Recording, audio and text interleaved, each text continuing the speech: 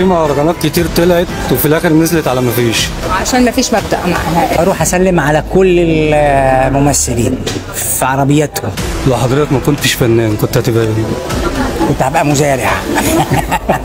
اشمعنى؟ عشان بحب الزراعه. ولو عملت حاجه سيئه ومشي وراك ناس هتاخد سيئتك والسيئه اللي انت كل واحد تبعك. الفن خطورته انك مش بتاذي واحد ولا اتنين، انت بتاذي مجتمع بحاله او جيل بحاله.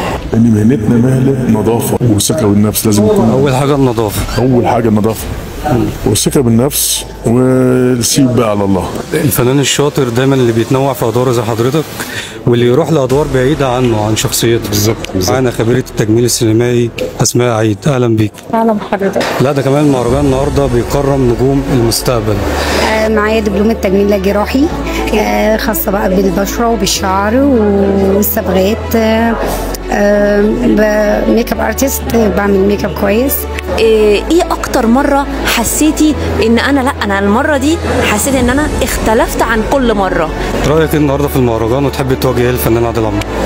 اشكره طبعا على اهتمامه وعلى تقديره، واشكره على مجهوده، وربنا يوفقه دايما كده ويمتعنا. له كلمه واحده بس، انت انسان ناجح وانسان جابر الخواطر، ما يشغلش بالك اي كلام.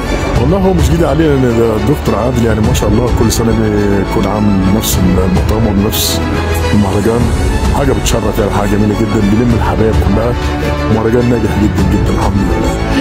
اوجه له اقول له دايما في تقدم ان شاء الله، وفي مزيد من المهرجانات بتاعتك وان شاء الله. انا شهادتي اولا في الاستاذ عادل عمار مجروح، لان احنا اصدقاء من بقالنا فتره كبيره طبعا من ايام مهرجان راس البر الدوره الاولى. كنت بشوف ان انا كنت شغال معاه في المهرجان ده، كنت ماسك اللجنه الفنيه، كنت مشرف على الافلام القصيره وقتها.